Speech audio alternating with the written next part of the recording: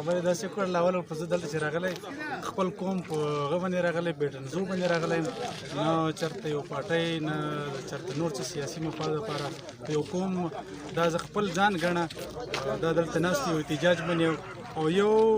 داسې غږ شروع کړی دی چې خپل جایز حقوق غواړي نو دا موږ ټول لپاره دا پکار ده چې څومره مشران دي په ضلع شي بریټني که په سیټل شي او که په اف آر شي چې راشو دو خلکو حوصله افزایي وکړو د دو اواز بره ته ورسو چې د خلکو د کم تکلیفات او د تکلیفات چې کم دي دا حل سي دا مسلې مسایل ورته حل سي جی بالکل تاسو خبره ډېره زبردسته وکړه چې تاسو دلته د بیټنزو په وجه راغلي یو دوی مخکې هم دلته یو ټینټ لګولی او درنه یې شروع کړې وه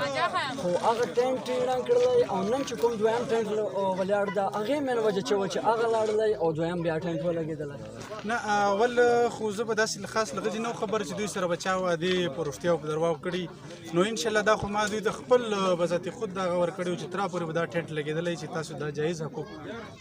له حکومت له طرفه پوره نه سي او انشاءالله چې څومره کردار موږ ادا کولی سو په دې غشیا به خپل کردار به ادا کوو سره دوی په دې مسلې حل کولو شو د اواز به تر پېښور رسو تر وزیر اعلی به رسو انشاءالله دې مې دوی سره وعده کړې ده او الله په فضل سره دا به کېږي او نن آخري یو پوښتنه درنه کوو چې نن کوم دوی جلوس ایستلی و بیا هم پرون یې هم یو درنه کړې وه او نن یې هم بیا یو جلوس ایستلی و دوی پولیو نه بایکاټ کړی ده په دې وجه سره تاسو که موږ ته لږ ایکسپلین کړئ خبره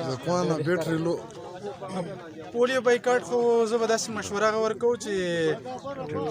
داسې خبره نه ده ځکه هغه موږ ځاني نقصان ده خپل د بچو نقصان ده پولیو بایکاټ هسې که یو احتجاج ریکارډ کولو دپاره کوي ودرېږي که نه ایونې هغه موږ د ځان نقصان ده د ماشومانو نقصان ده زه به دا مشوره هرګز نه ورکوم چې تاسې داسې شي نه چېرته وکړو چې هغه ټول عمر دپاره یو ماشوم معذوره سي لہذا په دې غشي زه دا مشوره ورکوم ټول قوم ته چې پولیو بایکاټ مه کوئ هغه د ماشومانو د زندګۍ سوال ده